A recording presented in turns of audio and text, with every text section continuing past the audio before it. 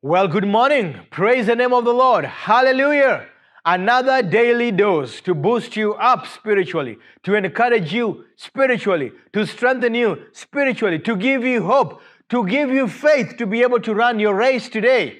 Because God wants you to succeed. He has destined you to succeed. This morning, I'd like to be able to share with you from the book of Luke, chapter number 17, verses 1 through verses 4, from the Passion Translation.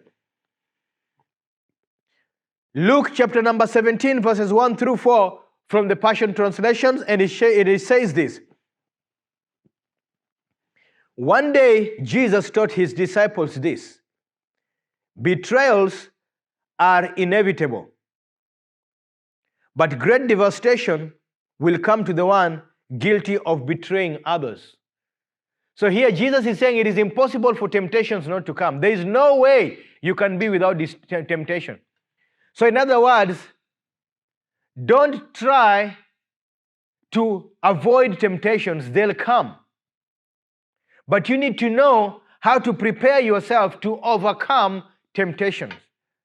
You hear a lot of people saying, I don't want to be tempted, I don't want to be tempted, I don't want to be tempted, I don't want to be tempted, and yet they are being tempted. Temptation is not bad.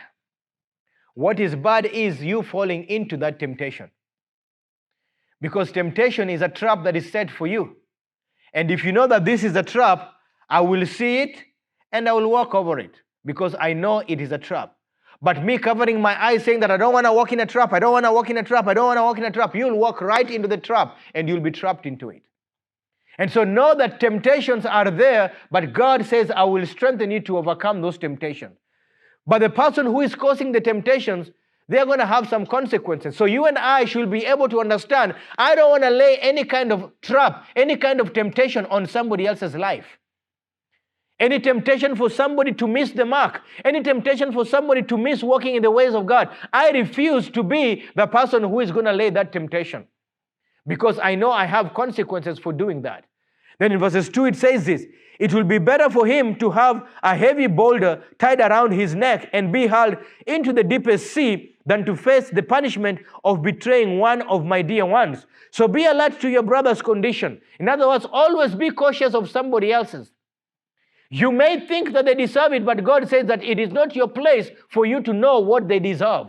It is up to God to decide what somebody else's deserve. Your part is to walk in love. Your part is to forgive. Your part is to remove every form of trap that is going to cause somebody else's to fall. Don't let your words cause somebody else to fall. Don't let your actions cause somebody else to fall because you want to feel good. God says it is worse, or it is better for you to have a stone put around your neck and be cast into the sea than to try to cause a trap onto somebody else's life so that they miss what God has called them to.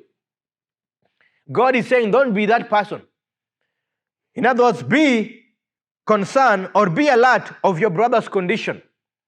If the meat that you eat will cause your brother to stumble, don't eat that meat, because that meat that you eat, when they see you, their conscience is going to be bothered. And guess what? You are better off having a stone put around your neck and cast into the sea than you trying to face the punishment of the Father. So what do I need to do? I just need to walk in love and take off that trap. I won't do it because it's going to cause them to fall. And God says, you are very much responsible for being a person who has hindered them from fulfilling what God has called them to do. Then he says this in verses 3.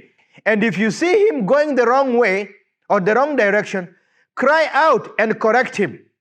If there is true repentance on his part, forgive him. In other words, your responsibility is not to let your brother or sister fall into trap. Correct them before they fall into trap. When you see that the direction they are going is a direction that will hurt them, cry out and rescue them. Tell them, please, please, please, I don't want you to miss God. Don't do that. And the Bible says that when they genuinely repent, do what? Forgive them. Then he says this in verses 4. No matter how many times in one day your brother sins against you and says, I'm sorry, I'm changing, forgive me, you need to forgive him each and every time. How many times? Every time they come to you and say, please forgive me, you forgive them. Why? Because your position is to accept their forgiveness. Your position is not to pass out judgment. And so anytime someone says, please forgive me, don't judge, forgive. That is what the Bible says.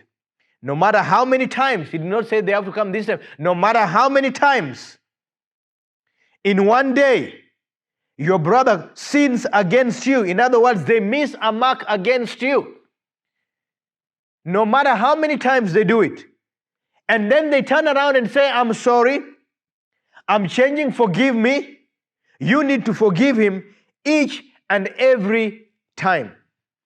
So many people today don't want to forgive because they've already forgiven you 2 times and they say, I don't feel it. There is no feeling in this verse where they says, if they sin or if they miss a mark with you and you feel it and they ask you forgive them, then you forgive them. There's no feelings over here. There is nothing here that says you have to decide about it or you have to think about it. There's nothing here that suggests that they have to do it 2 times and they have to be genuine about it. It says, if they come to you, no matter how many times, and they miss the mark with you, as long as they voice it, set them free. Because that is for your own conscience sake, but it is also for their conscience. And therefore, set yourself free by letting them go, no matter how many times they do it. Don't hold grudge into your heart, because if you hold it in unforgiveness, you will not fulfill what you intend to fulfill from God's perspective. I'd like to encourage you today. Forgive one another.